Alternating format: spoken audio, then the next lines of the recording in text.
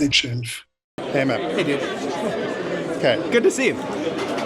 It's nice to see you in person. Yeah. So we talked about the movie earlier. Yes. I want to talk about this place. I want to talk about Fantasia. Yeah. And It's you my being in first. Montreal. It's my first Exactly. time. So you keep going to Fantastic Fest. Isn't you go that to wild? you go to keep going to this weird one in Austin, but know. here you are at the OG. I know. So what does it mean to you personally to be here at Fantasia? And what have you heard about this place? I mean, it feels like I'm really late to the party. I've heard so much about it because, you know, all of our friends and colleagues, they all come here. The market, they have their films here, the premieres. Like, there's so many people that attend Fantastic Fest and Sigis and other festivals, all people we know, where this is a major home base. So it's really bizarre that I've never been.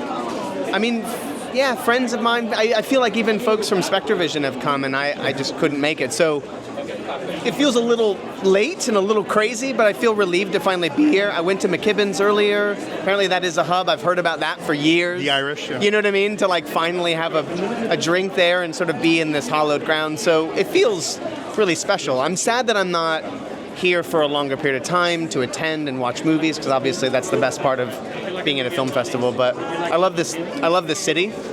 So it's rad to be in the city as well, and I have places for you to eat, by the way. I'm sure you do. I'm sure. And to buy records. Yeah. But what I do want to know about this, because of SpectreVision, because you're seeing genre films through the eye of a producer, Yeah. are you still able to watch these films? I mean, you've been filmmaking all your life, but are you able to still watch these films as an audience member? Totally.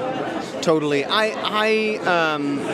always walk in just giving myself over to something, wanting to love it and not criticize it. So yeah, I don't have that problem. I know that I think a lot of people who work in film or who just watch movies all the time or produce films, I get it. I get not being able to sort of watch a movie with any sort of objectivity and let it just wash over you, but I do. I'm such a fan. I love movies. And I love the feeling of sitting in a theater and that fresh feeling of, all right, let's let this thing win me over, you know? So what was the last thing that kicked your ass? I gotta give a shout out to Osgood Perkins. Longlegs is really special.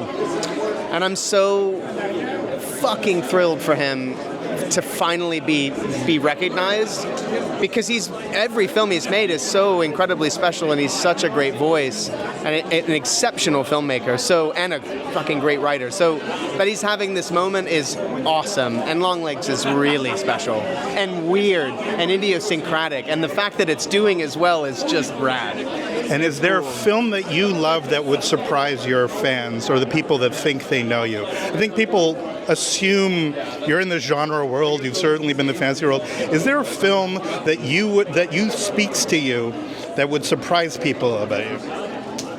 Oh, that's a great question. Yeah, what's a left field?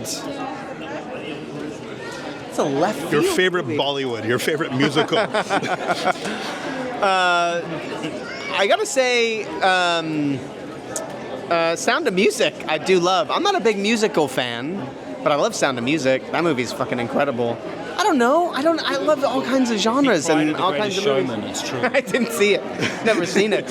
I don't know. I'm sure there is something that would be surprising, but I can't think of it. That's a great question. I'll ask this. You'll let me know. I'll ask the same question I asked her. I'm always fascinated. You obviously started when you were 8. Was there one film that you saw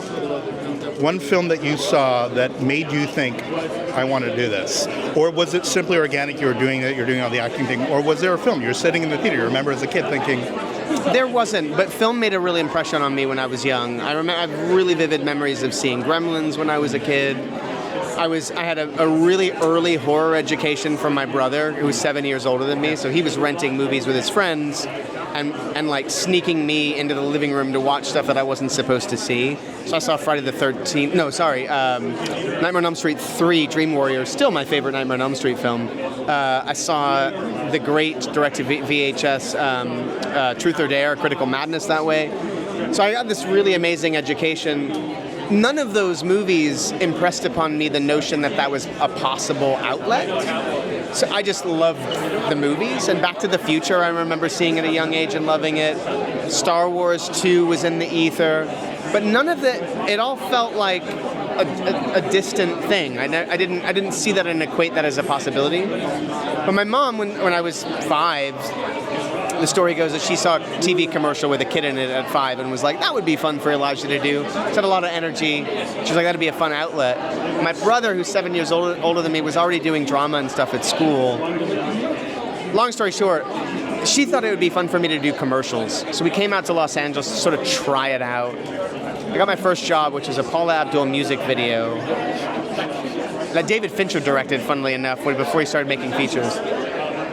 And so my entry in was this sort of like, well, that sounds fun. And it very quickly snowballed into films within a year. And I just kind of fell into it, but loved it instantly. And I think I just loved working with people and loved the idea of playing pretend. And as I got older, the more I was educated in movies and the more I understood what was happening and took a vested interest in the process and grew to become a huge fan and, passionate about the work as well. And here you are all these years later. It's nuts. I mean, to be 43, starting when I was 8 and still working and loving it, I'm very lucky. You gotta go. Dude, it's great to see you.